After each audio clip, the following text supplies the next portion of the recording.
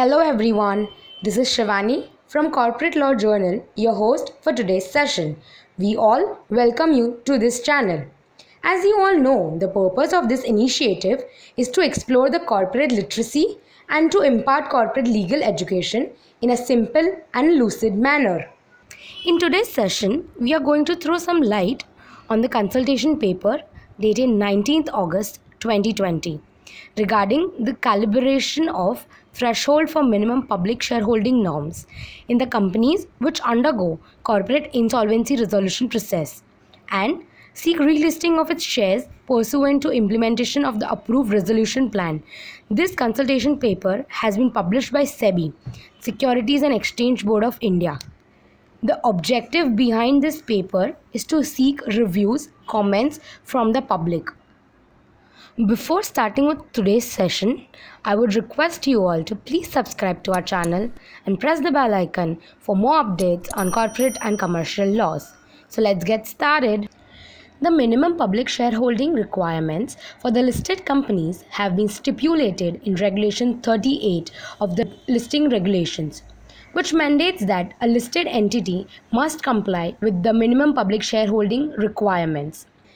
It has been mandated that every listing company shall maintain minimum public shareholding of 25% of the total shareholding of the company.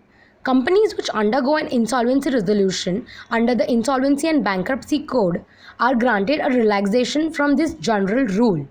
The rationale behind such immunities given to only the IBC cases is to aim at the revival of the corporate debtor undergoing CIRP pursuant to the resolution plan, and also to provide any listing gains over the next 3 years to shareholders of the corporate debtor. In addition to these relaxation has also been provided from all provisions of Chapter 5 of SEBI Issuer of Capital and Disclosure Requirements 2018 pertaining to preferential issue such as conditions for eligibility, pricing, conditions for consideration and allotment, etc., except the lock-in provisions.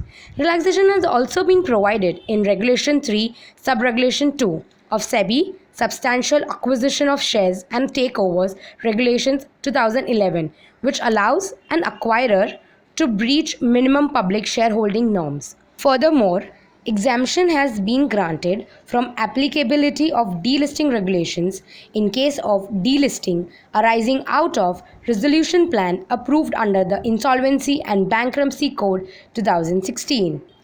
The Securities Appellate Tribunal in the matter of Gillette Limited versus SEBI 2013 observed that minimum public shareholding of 25% is as a tool to prevent concentration of shares in the hands of a few market players and by ensuring a sound and healthy public float to stave off any manipulation or perpetration of other unethical activities in the securities market, which would unfortunately be irrefragable consequence of the reins of the market being in the hands of a few.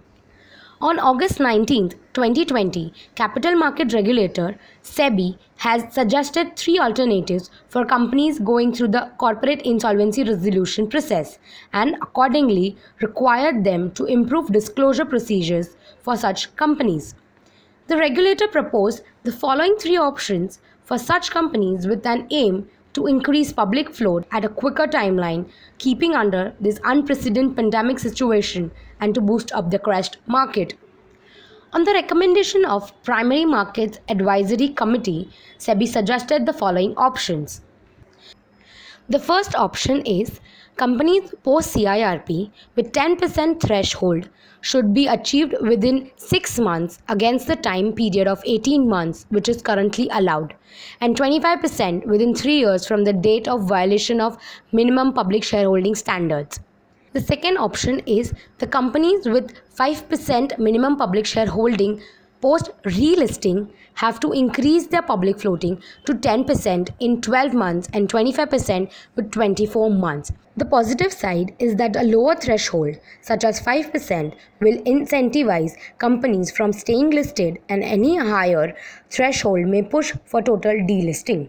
Lastly, Post CIRP companies with 10% minimum public shareholding post relisting may be provided 3 years to achieve the minimum public shareholding of 25%.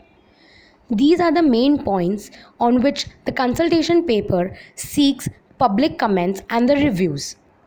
What made SEBI to reconsider on the minimum public shareholding norm? IBC is an evolving law. Only 6 post CIRP companies have been listed on NSE.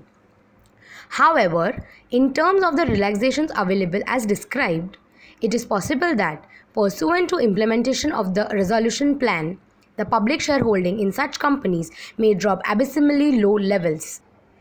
The need to propose these concerns comes as a result of the observations made in Ruchi Soya Industries' share price after its relisting in Jan 2020.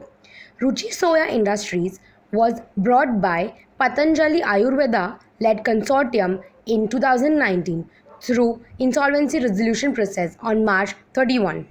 It was observed that post-CIRP public shareholding has decreased to 0.97% and showed 8,764% increase in its share price in spite of additional preventive surveillance actions. Such low public shareholding raises multiple concerns like failure of fair discovery of price of the scrip for increased surveillance measures, etc., and may therefore pose as a red flag for the future cases. While the revival of corporate debtor is essential for all stakeholders, it is also imperative to maintain market integrity in respect of such companies. According to the experts, the argument holds at the time of resolution, but post-resolution, low public float does hamper price discovery. Such exemptions are not considered in the cases of the companies seeking relisting pursuant to a scheme of arrangement. Along with these points put up for public recommendations, the regulator also suggests some more points for public review. Under the current lock-in provisions of SEBI Issuer of Capital and Disclosure Requirements 2018, the shares of the incoming investors stay locked in for a period of 1 year.